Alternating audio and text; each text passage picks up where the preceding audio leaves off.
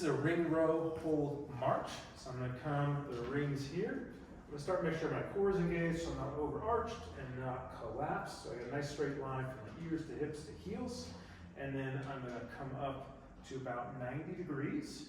I'm going to pause here before I do anything else. I'm going to make sure my shoulders aren't up to my ears. I'm thinking about broadening my chest and opening the buttons on a shirt to get my shoulder blades back. And then from there, I'm going to brace my core, and I'm going to try to do a slow and controlled march, meaning lifting one knee up and the other knee up. What's going to happen as you do this is it takes a lot of control through the back of the leg, the core, the arms and shoulders to not kind of totally kind of collapse or rotate. So nice and slow and controlled. And every couple of reps, draw back and make sure the shoulder blades aren't starting to sag. So this is a pretty tough one.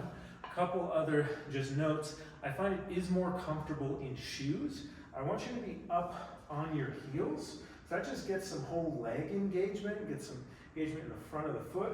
My feet are down here. It just changes it a bit. I can bend my knees. I can kind of do some weirder stuff with my back and core. So I really do like to have it on the heels, but sometimes barefoot or in socks, depending on the surface, it's just a little too hard. So pad it or just toss some shoes on for this one if you'd like to train barefoot or in socks.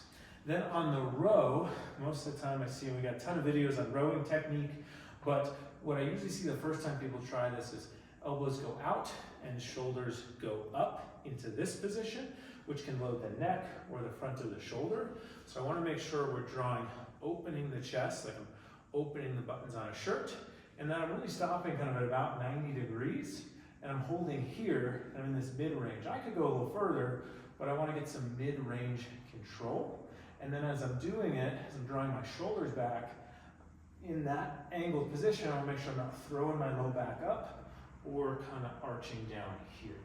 So again, one more time, coming up. I'm going to find that straight line, brace the core, and I'm going to come up, hold right there. If you need, you can center the feet to start. That can help with the balance and some slow and controlled work. Periodically tightening through the shoulder blades. I can come up to make it a touch easier, or I can come down to make it a touch harder.